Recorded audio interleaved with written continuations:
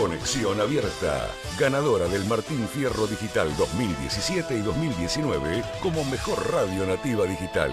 Conexión Abierta, nuestra forma de hacer radio.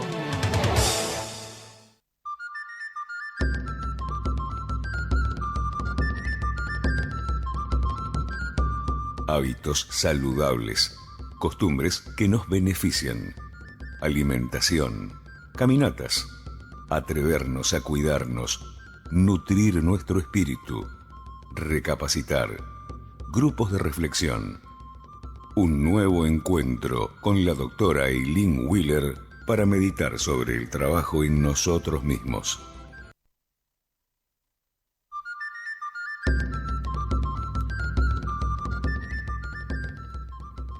Sí, buenos días, ¿cómo están?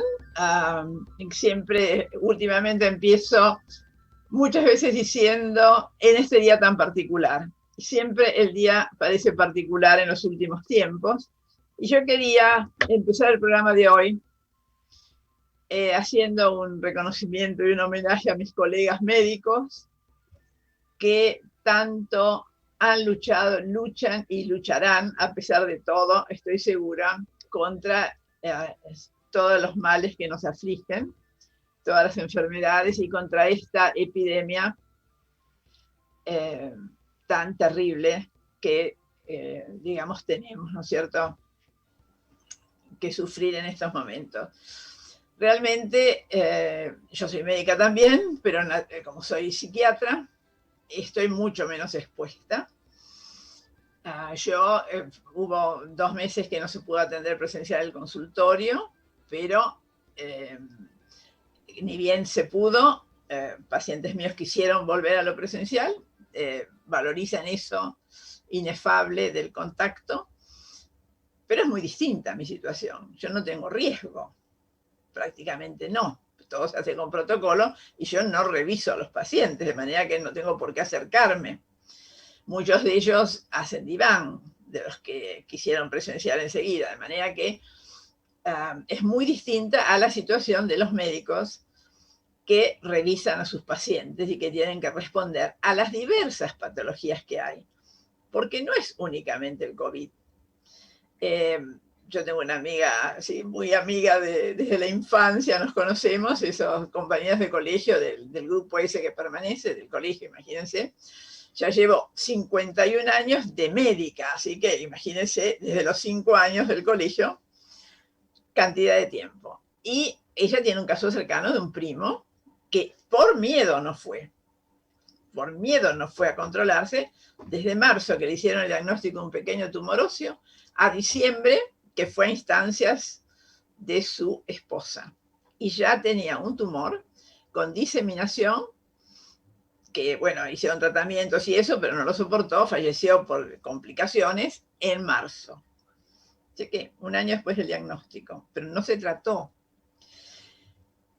Pacientes como él han sido tratados y en otros lados, según los relatos, se han diferido tratamientos. No se pueden diferir los tratamientos cuando tienen este grado de gravedad, cuando realmente requieren la atención. Hay algunas cosas que se pueden postergar, pero otras no. Y algunos controles por postergarlos, no se vio una patología que hubiera tenido curación total. Entonces, yo creo que los médicos no se han distraído, al contrario. Los que están en la atención inmediata y los terapistas, los intensivistas, realmente están, yo creo que, digamos, agotando sus fuerzas. Así que les rindo un homenaje sincero porque ellos realmente nos cuidan. Me cuidan también a mí, nos cuidan a todos. Y han insistido muchísimo en todos los protocolos. Y realmente los médicos que atienden son los que saben, los médicos que están en el tema. Y no puedo dejar pasar. No se han distraído, todo lo contrario. Han atendido a pesar de muchas veces ya no tener más fuerzas. Y no nos olvidemos que en el comienzo de todo esto, ahora eso ha disminuido. Pero en el comienzo de todo esto, la estigmatización y el rechazo al profesional, porque la cosa contradictoria, después se los aplaudía a las 8 de la noche, ¿no? El aplauso, el reconocimiento, etcétera, etcétera. Pero si vivía en el mismo edificio, le decían que se mudara, que no tocara el botón del ascensor. Cosas absurdas, además.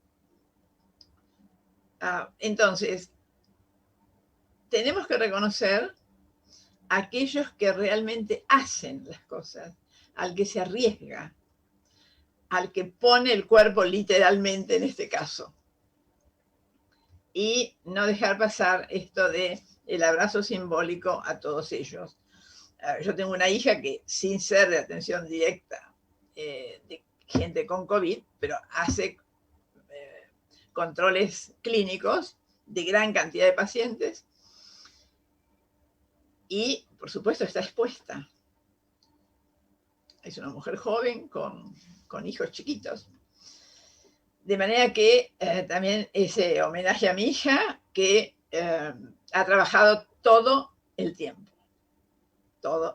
estos largos meses, no ha estado distraída en absoluto. Entonces, ni ha bajado la guardia, ni se ha, digamos, dejado llevar por el cansancio o la pereza, de ninguna manera. Así que mi homenaje al sentido para ellos. Y yo pensaba, hace falta mucha autoestima para poder llevar adelante situaciones como estas que nos afligen tanto, ¿no? Porque es el epidemia, yo digo, las crisis de todo tipo, las normales, ¿cuál crisis es normal? Por ejemplo, la adolescencia, es una crisis normal, ¿no? Cuando se pasa a la adultez es una crisis normal. El niñito que por primera vez va al jardín es una crisis, ¿cierto? Quiere ir, pero al mismo tiempo quiere estar en su casa. Es decir, todo, pero esas crisis nos hacen crecer y son normales. Se resuelven bien o mal, esa es la cuestión. Pero las crisis como estas también, digamos, han aparecido siempre a lo largo de la historia de la humanidad. También se resuelven de una manera o de otra. En algún momento el virus va a pasar, va a dejar de replicarse, ya no va a tener cómo, porque se infectaron o se murieron muchas personas y otras están vacunadas, ya no tiene cómo replicarse y desaparece. Pero ahí vemos a la gente. La crisis no es que crea conductas, muestra estructuras de las distintas personas, nos muestra de lo que somos capaces, para bien y para mal. Así que no, es como la vejez, como yo digo, ¿no es cierto? La vejez del paso, dice, que natural del tiempo, o como decía alguien, yo tenía un conocido que decía, el tiempo no pasa, pasamos nosotros, decía él, ¿no? En el sentido que el tiempo se repite, él decía que se repetía el tiempo. Bueno, saben que sobre eso hay conceptos ahora muy complicados y novedosos, pero bueno, para nosotros es verdad, los días vuelven a aparecer, vuelve a amanecer, corre el día, llega el crepúsculo, llega la noche, vuelve a salir el sol y así. Pero nosotros, cada día que pasa, vamos pasando, ¿no es cierto? Y hay algo que es absolutamente inevitable, que es lo que pasa con nuestra vida. Pero, bueno, digamos, no es que a medida que envejecemos aparecen conductas provocadas por el envejecimiento. No, nos muestran. Se nos deteriora el cuerpo. A veces en ese deterioro del cuerpo también se deteriora la mente, a veces no. Y aparecen conductas, pero nos muestran, se van bajando, entonces se muestran más cosas que por ahí teníamos más controladas. Yo digo que en las crisis el que es altruista va a ser más altruista y el que es egoísta va a ser más egoísta, con toda seguridad. Así que tenemos que pensar en esto y para nuestra, yo diría, felicidad personal. Tenemos que evitar el dedo acusador. Porque naturalmente, si un ladrón nos roba en la calle, nos empuja, nos tira y nos saca el bolso, sí, naturalmente, ese ladrón es responsable y culpable de lo que nos pasa, por supuesto. Pero en general en la vida nos da mucho mejor resultado sacar enseñanzas de cada suceso. Por ejemplo, la próxima vez no ir con el celular en la mano, pongamos, o llevar de otra manera el bolso, ¿no? O depende de dónde estemos, qué llevamos y cómo nos movemos. No porque eso justifique al delincuente, no, pero le evita que nos pongamos como víctimas propiciatorias, ¿cierto? Entonces, no ponernos allí donde sabemos que el otro puede dañarnos. En general en la vida nos viene muy bien saber dónde pueden dañarnos y apartarnos de ahí. Y creo que eso es un aprendizaje que nos puede dejar esta crisis, o que nos deja, mejor dicho, que nos deja y que muestra mucho a las personas. Yo creo que con inteligencia tenemos que saber ver quién es quién en todo este conjunto, esta multitud de personas que cada una a su manera ha recibido el impacto de lo que nos pasa.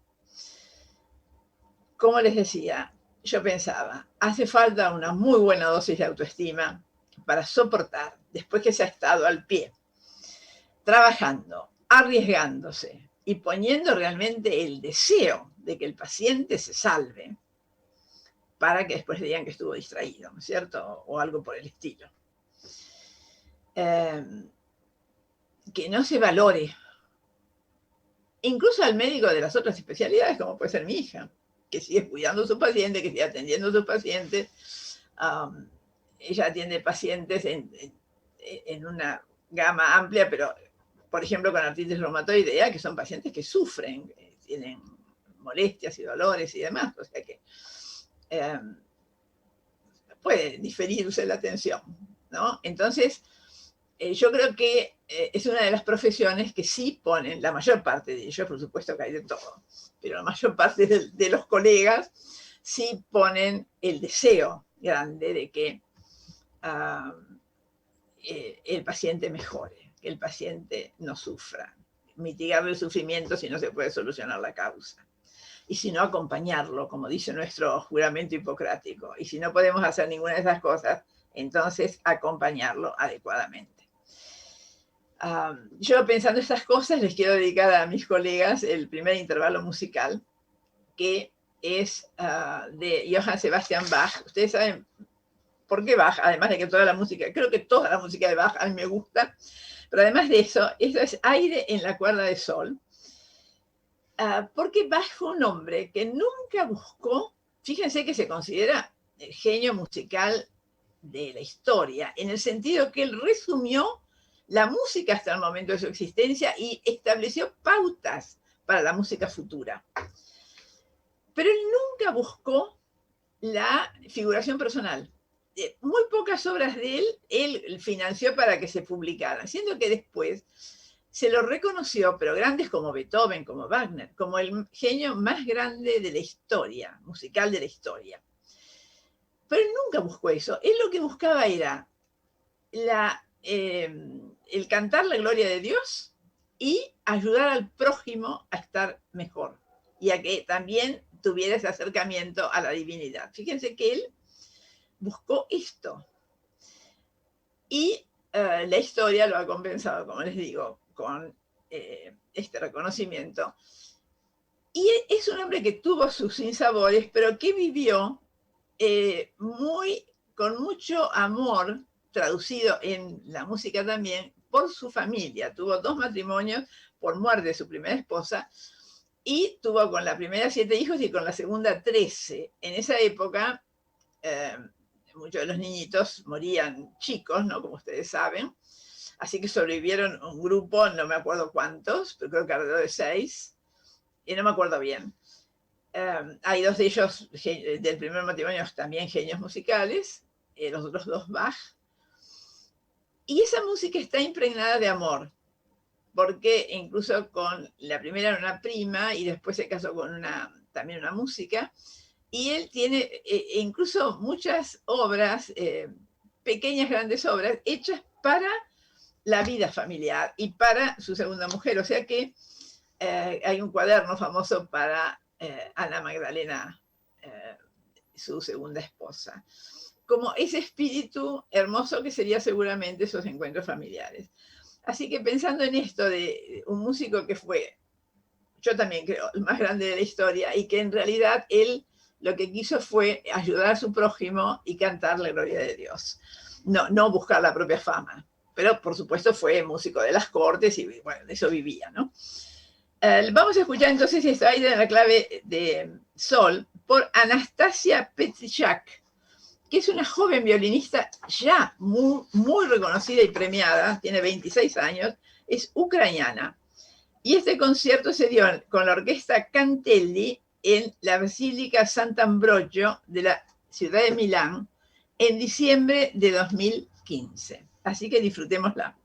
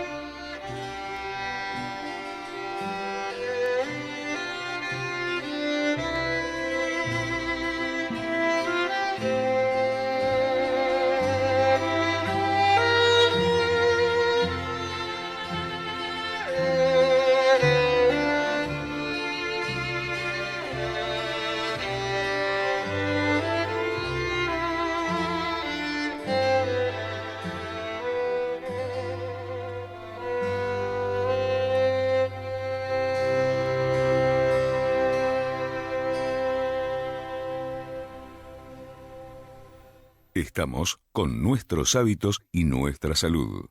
Conducido por la doctora Eileen Weller. Una hora de reflexión. Twitter, @nuestros hábitos. Teléfono 4781-3509.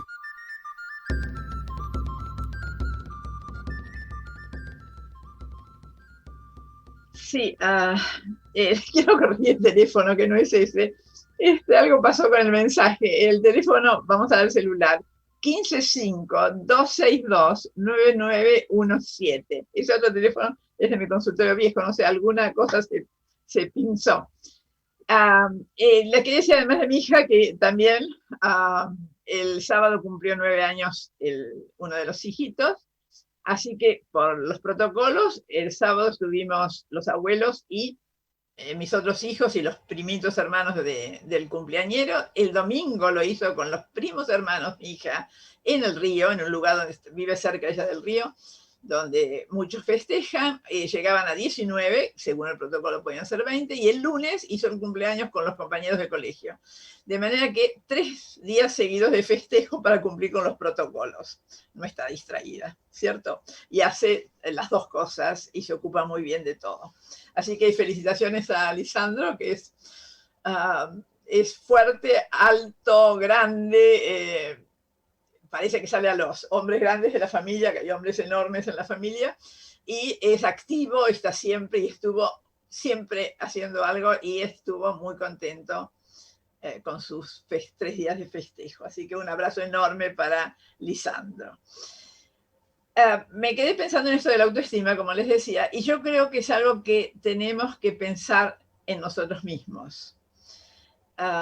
Porque realmente es, como dice el doctor Luis Hornstein, que tiene un lindo libro que se llama Autoestima e Identidad. Hornstein se escribe como cuerno, H-O-R-N, Stein, ¿no? Hornstein, Luis. Él dice que es el sistema inmunológico del psiquismo, y es cierto eso, porque cuando dice el amor a uno mismo, la autoestima es el amor a uno mismo, dicho así, no suena muy claro. Además puede tener como una cosa de egoísmo, ¿no? Decir, bueno, si se quiere a sí mismo es egoísta, algo por el estilo, pero es en realidad un concepto de sí mismo. ¿Qué concepto tenemos nosotros de nosotros mismos? ¿Cómo es esto dentro de la valoración que nosotros hacemos de las cosas que hacemos, que decimos, que tenemos, que podemos realmente cumplimentar, ¿no? ¿Qué es lo que nosotros pensamos de nosotros mismos? ¿Qué pensamos de qué cosas somos capaces? ¿Cómo es esto en la fluctuación de los aconteceres de cada vida? ¿Cómo sucede? ¿Cómo se mueve? ¿Cómo podemos decir nosotros que estructuramos nuestra conducta en función de la reacción que tenemos por la autoestima que sentimos que nos domina? Y a veces nos domina, porque se transforma en una ayuda, en un motor, son conclusiones que nos llevan a la acción de lo que nosotros queremos hacer, o nos impide la acción esa que desearíamos hacer. O nos lleva a una acción que en realidad no querríamos hacer y nos impide aquella otra que por ahí nosotros sí quisiéramos hacer, ¿no? Como les digo, es un concepto de uno mismo, que se va elaborando, es verdad, con todos los componentes de la vida. Que no es, algunos dicen, es genético. Hay personas que nacen seguros de sí mismos y otros que no. Y en realidad eso es muy discutido. Casualmente en un grupo de estudio en el que yo estoy ahora se está discutiendo este tema, cuánto de la personalidad es genético. Pero en realidad, de mi experiencia como psicoanalista, digamos, del esquema referencial que uno sintió como más cómodo y de la propia experiencia, en el propio análisis, es decir, yo creo que es un constructo, algo que se va construyendo con todos los componentes. lo genético indudablemente pone la cuota, es decir, como somos de una manera o de otra en lo físico, también en lo psíquico, sí, una parte, pero todo lo demás que nos va sucediendo, todo va construyendo esto de la autoestima. Además, es un sistema que no está aislado. Ninguno de nosotros está aislado. No nos tenemos que pensar aislados del conjunto de la vida de los otros, porque precisamente no estamos aislados, ¿cierto? No estamos para nada aislados. Estamos continuamente en relación con los demás.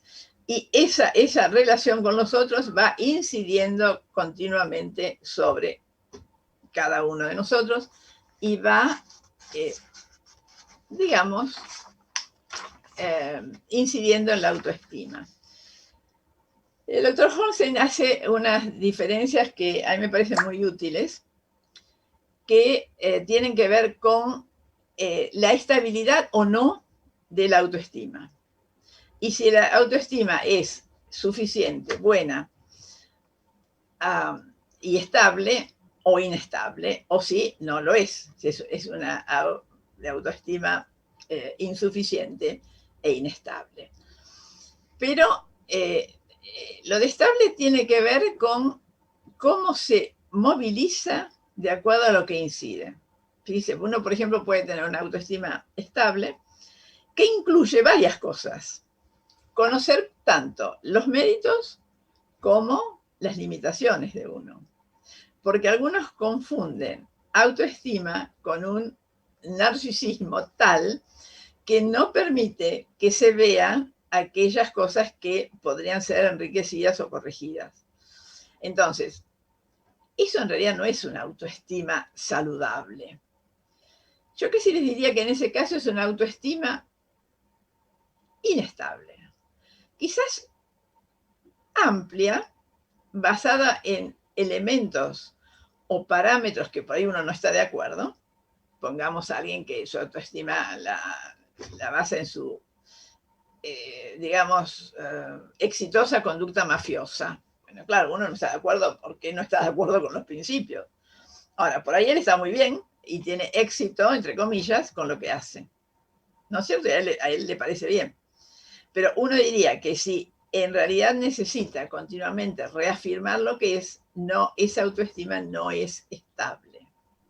Fíjense que muchas personas que tienen poder, en general, se enfurecen, desprecian y tratan de apartar a todo aquel que piensa diferente. Entonces uno diría, ¿y por qué esa furia, esa necesidad de apartar? Y porque no hay seguridad. Porque si uno está seguro de que la idea de uno es la buena y la que va a tener éxito, uno no necesita arremeter contra el que piensa diferente. Entonces, cuando evaluamos la autoestima del otro, dice, no, pero tiene una autoestima, él sabe muy bien lo que quiere y es muy seguro de sí mismo. El que es agresivo no es seguro de sí mismo. El que desprecia no es seguro de sí mismo. El que es anti no es seguro de sí mismo. Uno tiene que tener ideas, proyectos, principios, objetivos, parámetros, valores, que sean suficientes per se para dejar claro cuáles están fuera, sin necesidad de ser anti tal. Uno puede sí decir que algún grupo, puede ser un grupo político, social, cultural, lo que fuere, ¿no es cierto? O algún grupo que propicie, por ejemplo, eso de las drogas alucinógenas o cosas por el estilo, que uno no está de acuerdo o que considera el peligro, etcétera, etcétera, etcétera, de todo esto, ¿cierto? Pero no ser anti tal. Basta con decir, por ejemplo, desde uno, que en el caso este, que puse un ejemplo porque me vino a la mente, el daño que producen estas drogas. Uno está seguro de eso, sabe, por empezar sabe, tiene convicciones, quiere decir que sabe, tiene elementos para razonar, tiene convicción de los valores que sostienen esas ideas, de las consecuencias nefastas de eso, y entonces de eso va a hablar, no de ser anti algo, nada más. Yo soy anti esto, como a veces pasa con los antivacunas, ustedes vieron que por ahí son antivacunas, y los argumentos que esgrimen, hasta ahora ninguno a mí me satisfizo desde el punto de vista científico, ¿no? Es decir, son más desde el punto de vista vivencial o de referencia a, pero no que uno pueda tener los elementos de estudios científicos al respecto. Entonces, no piensen, porque una de las cosas que nos pasa es que cuando surge alguna de estas cosas, el que arremete por ahí en contra de nosotros, o de lo que defendemos, o pensamos, o sentimos, porque a veces simplemente por lo que sentimos, da miedo, ¿cierto? Y uno tiende quizás a replegarse, porque da miedo, simplemente, da miedo, así de simple.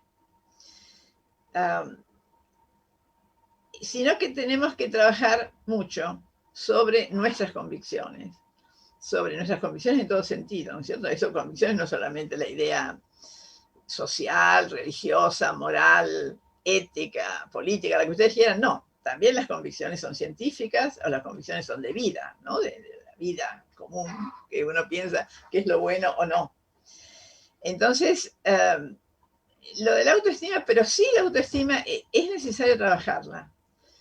Porque yo creo que cuando uno está cansado, o cuando sufre ataques, por ejemplo, o cuando hay mucha crisis social, y quizás cuesta aclarar sobre cuáles son los alimentos de esa sensación plena que uno tiene, un concepto de uno mismo que a uno mismo lo satisface. Yo hice lo que a mí me parecía justo, lo que creo que hay que hacer, y es lo que voy a sostener, ¿no? Entonces, me parece que en los momentos difíciles, la autoestima es lo que está en peligro y sobre lo que tenemos que volver. Por supuesto que hay mucha gente que tiene muy baja autoestima y a tal punto que muchas veces ni siquiera se piensan capaces de poder cambiar o de poder aprender algo, por ejemplo. No, yo ya no estoy para eso, yo ya no puedo, ¿no? Es mucho, cuando uno dice yo ya no estoy para eso, atención, o no estoy para eso, atención, porque si se trata de aprender algo, porque ahí estamos mostrando quizás que estamos, digamos, bajando la guardia. Pero la autoestima alta y suficiente y estable también supone, atención a esto, reconocer los errores y poder corregirlos.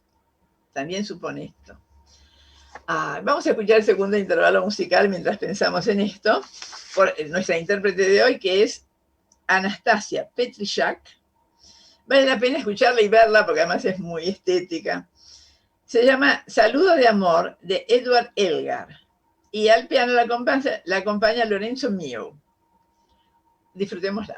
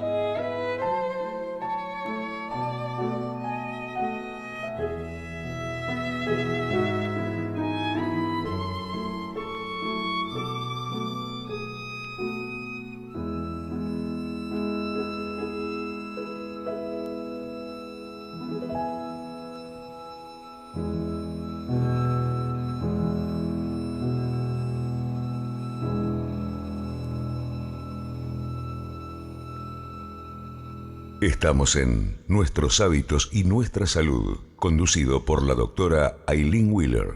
Una hora de reflexión. Facebook, aileen.wheeler.560.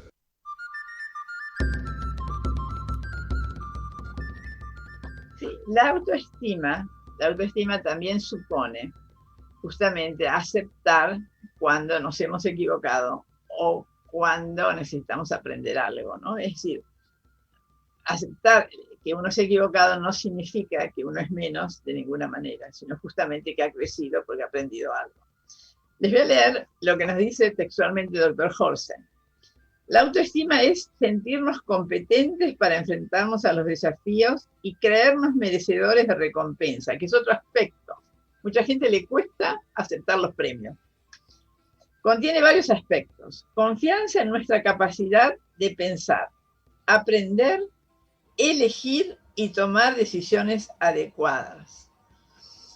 Tomar decisiones no es tan simple. Fíjense que es un momento de crisis, cuando uno tiene que elegir, porque entonces el resultado tiene que ver con la elección que uno hizo. Y mucha gente cuando tiene que elegir, pero yo no dije nada, pero yo no hice, como que trata de abrirse de la responsabilidad frente a la elección hecha, ¿no?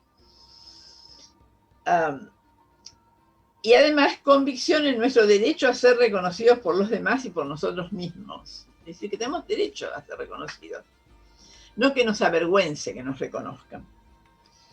Todas las personas, aun las menos dadas a la introspección y a observar a los demás, tienen una somera idea de lo que es la autoestima. No es cierto que a mí no me importa eso, no me fijo. No me importa lo que los demás digan. No nos importa, pero tenemos registro. Veamos si podemos aclarar, dice, desde distintos puntos de vista. En la autoestima participan no solo sentimientos, sino también pensamientos y actitudes. Existe un elemento afectivo, una valoración positiva o negativa según ciertos ideales. Y por autoestima entendemos esa autoevaluación que expresa aprobación o desaprobación. Volviendo al principio, el concepto de sí mismo sería una autoevaluación que expresa aprobación o desaprobación, que cuánto nos aprobamos o no nosotros mismos. Entonces, ¿cómo definir los diferentes conceptos de la autoestima? Agrega el autor. Creer en las capacidades para actuar con eficacia en los logros de las metas. Creer en las capacidades, yo soy capaz de. Estar satisfecho con la forma de actuar. Está bien, a veces no, porque como les digo, tenemos que poder aceptar que nos equivocamos, pero en general, estar satisfecho con la forma de actuar, para lo cual tenemos que tener convicciones, sacar conclusiones y que eso, digamos, finalice en una conducta. Tomar decisiones y perseverar en ellas. Tener una mirada benevolente hacia uno mismo. Eso no quiere decir que nos perdonemos las cosas y que siempre, como dicen, argentino, ¿no? Como decían el otro día, la culpa la tuvo el otro. Yo argentino, ¿no? Ese dicho. La culpa la tuvo el otro. No.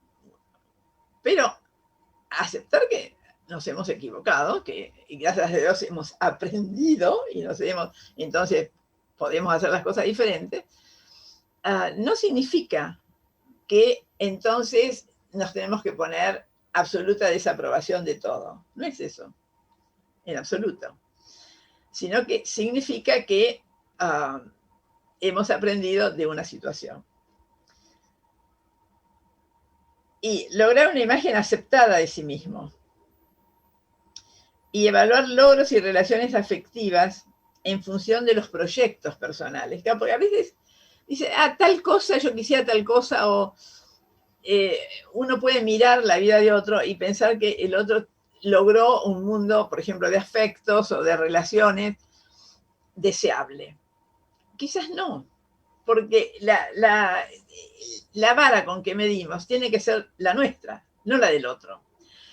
O si nosotros sentimos que nos podemos aprobar en tanto los demás nos miran y nos aprueban, entonces ahí sí podemos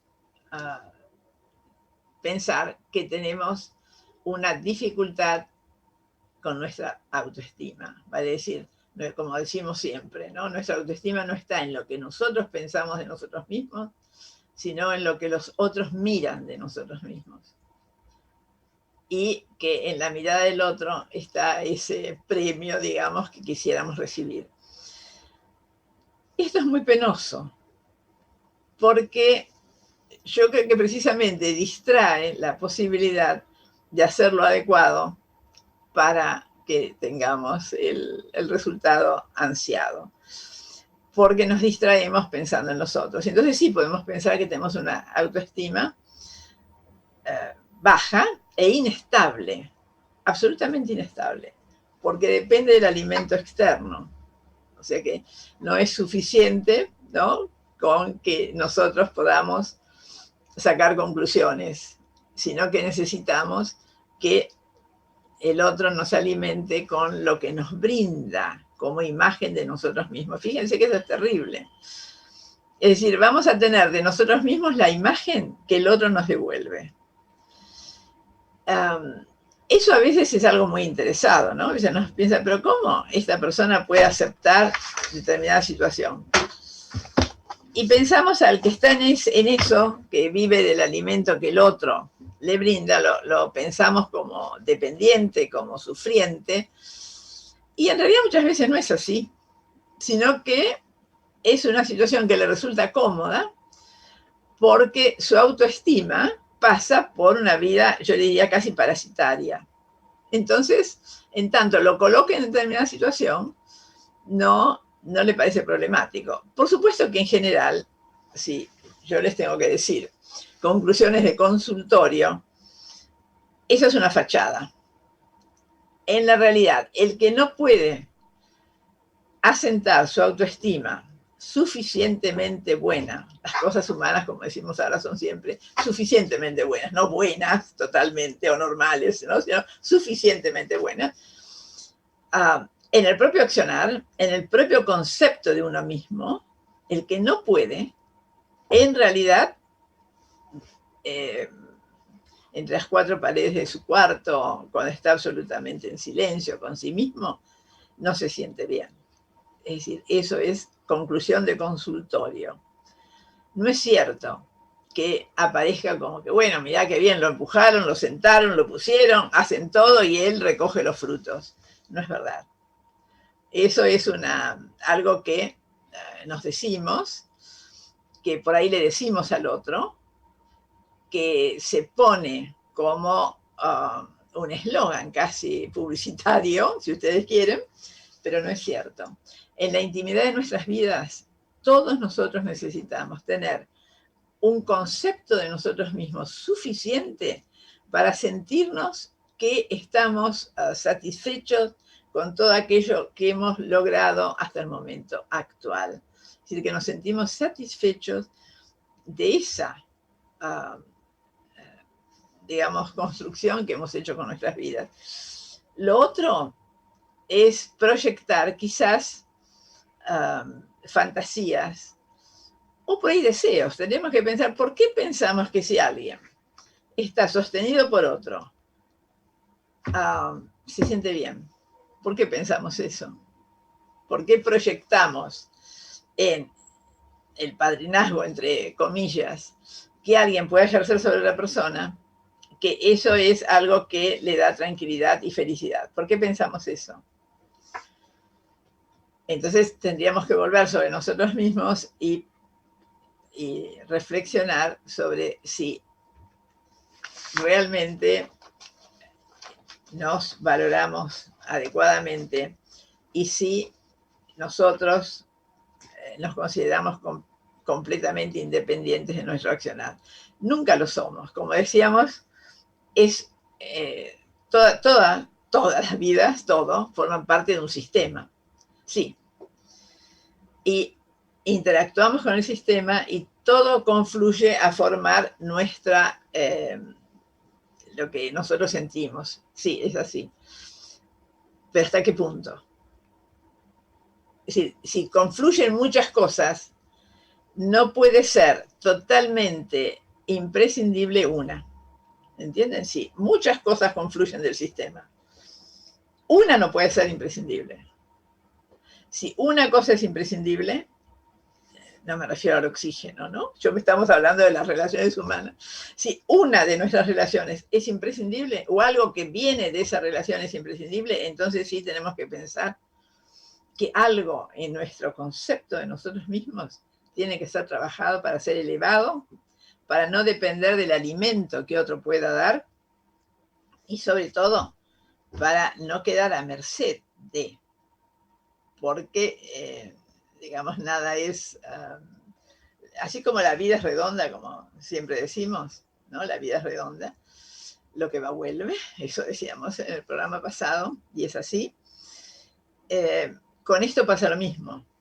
Es decir, una cosa es el retroalimentarse continuo, como nos pasa en la vida, entre lo que los demás nos aportan y lo que nosotros pensamos de nosotros mismos, y lo que los demás nos aportan muchas veces nos hace crecer, como decíamos, ¿no es cierto? Es decir, vemos algo que puede ser corregido, que puede ser enriquecido, una relación que nos puede, digamos, dar muchísimo para el crecimiento personal y para sentirnos bien, porque esa es la cuestión. Como siempre les digo, ustedes observen, porque muchas veces nos asustamos, ustedes observen la cara de los poderosos cuando algún poderoso le da miedo, porque también pasa eso. La autoestima, cuando flaquea nuestra autoestima, es muy probable que tengamos miedo. El miedo paraliza, ustedes vieron, ¿no? Generalmente, a veces no, a veces produce como esas emociones primarias, ¿no? Produce o parálisis o ataque, o la huida. Pero yo creo que muchísimas veces pasa la parálisis, después la huida y algunas veces el ataque, pero en fin, en nuestra vida cotidiana más bien nos paralizamos cuando nos da miedo algo. Entonces pensemos en por qué nos pasa esto de que nos dé miedo algo. ¿Qué elementos del otro? Tenemos que pensar qué fue lo que dice, la forma en que me miró, lo que me puede hacer, eso pasa mucho.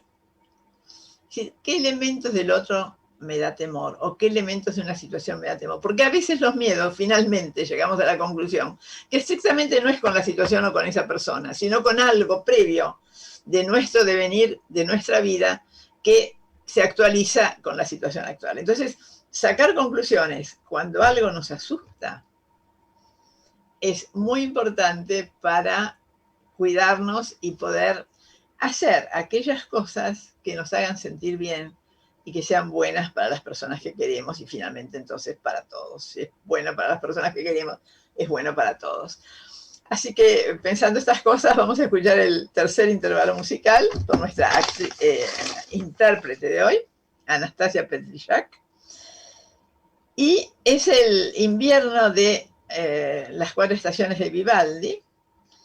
Y el conductor es Steven Mercurio, la orquesta, no, maestro Steven Mercurio, sí, que yo no lo conozco. La orquesta es del teatro La Felice de Génova, Carlo Felice de Génova, y es el concierto número 35, justamente, en la Navidad del 2020, fíjense, o sea que es bien reciente.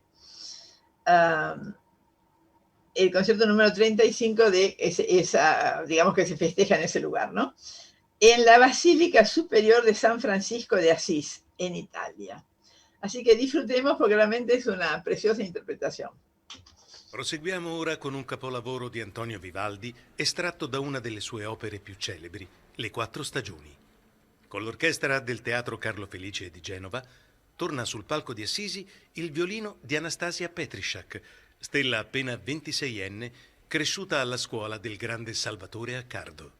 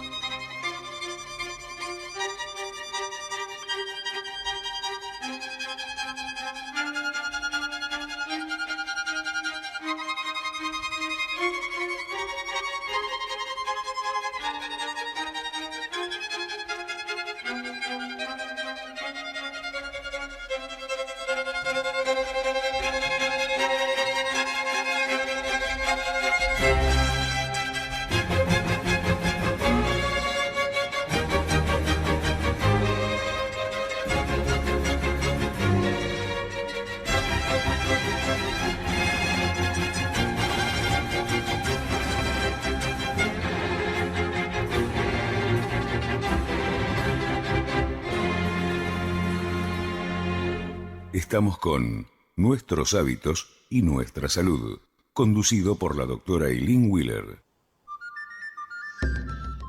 Sí, les digo, fíjense, para despedirme, una frase del doctor Holstein. La autoestima actúa como el sistema inmunológico del psiquismo, proporcionándonos resistencia, fortaleza y capacidad de recuperación. Una baja autoestima nos torna susceptibles ante los problemas de la vida. Si no creemos en nosotros mismos, en nuestra eficacia, ni en nuestra capacidad de ser amados, el mundo es un lugar aterrador.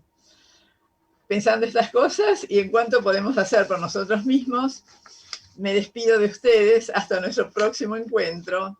Buenos días para todos.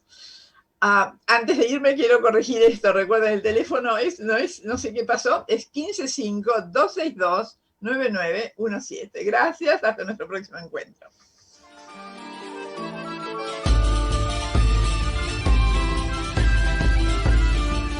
Atrevernos a cambiar, aprender a cuidarnos, ser señores de nosotros mismos. Los esperamos para reflexionar con la doctora Eileen Wheeler.